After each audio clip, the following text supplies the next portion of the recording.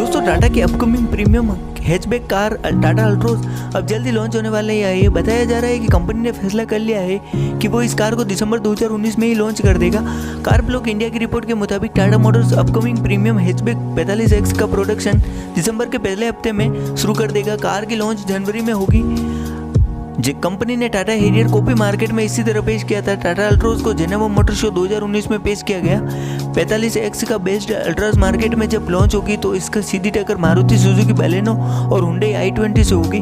Car के interior को premium feel देने के लिए इसमें नेक्सॉन और हैरियर के इंटीरियर डिजाइन को लिया गया है। माना जा रहा है कि अल्ट्राज में फ्लैट बॉटम ड्राइविंग व्हील मिलेगा। इसके दोनों कंसोल्स डिजिटल इंस्ट्रूमेंट्स और सेंटर हैरियर के जैसे ही होंगे। इसके अलावा कार में Android auto, Apple car play, automatic climate control, cruise control, rear parking camera और ABS विद EBD जैसे कई फीचर्स मिलेंगे। तो दोस्तों देखने की बात यह होगी कि यह कार कब लॉन्च होती है और इसमें कई कैसे देखने में कैसी है और इसका लुक जो अभी जैसे डिज़ाइन इसका लीक हो चुका है, किंतु इसके बारे में और भी जानकारी जैसे ही मिलती है हमें हम आपके तक जरूर पहुँचाएंगे।